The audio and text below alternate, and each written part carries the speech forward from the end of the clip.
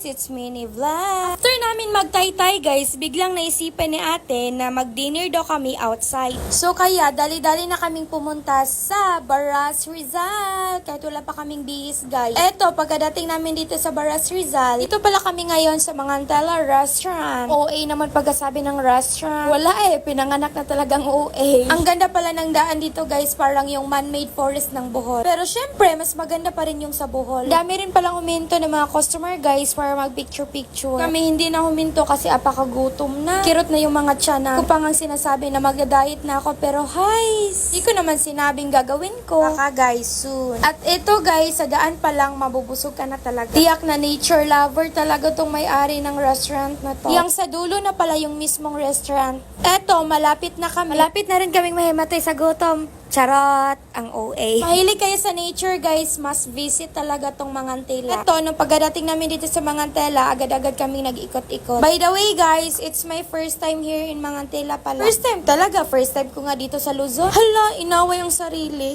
Guys, nag-video-video muna kami dito kasi nag-order pa si ate. Sabi niya, mag-picture-picture daw muna kami bago kami pupunta sa floating cottage. For sure guys, kung lake ba to, dagat. Imutan ko kasing itanong sa staff. Ganda talaga dito guys. As yan yung mismong restaurant nila guys. Pero meron din silang mga kubo na pwede kayo doon kumain. Eto, pagkatapos namin mag-video-video, mag-picture-picture, na kami kaagad dito sa kanilang floating cottage. While waiting sa may mga orders guys, ito, nag-picture-picture muna sila kuya. Syempre, third wheel na naman ako. Saan ba talaga ako lulugar? Shucks, ang OA. After 2024 years, tagsidatingan naming mga orders. Mga 1 hour din kaming naghintay dito guys kasi apakarami rin nilang mga customers. Pinakaagad kami guys kahit hindi pa dumating yung mga ibang orders namin kasi gutom na wala na, di na makapaghintay. Hindi naman guys, ang ganda talaga ng view, as in, ang ganda talaga as in. Meron pa nga rin silang parang yung bridge na kawayan pero di na ako pumunta doon kasi takot ako. Yun lang, thank you!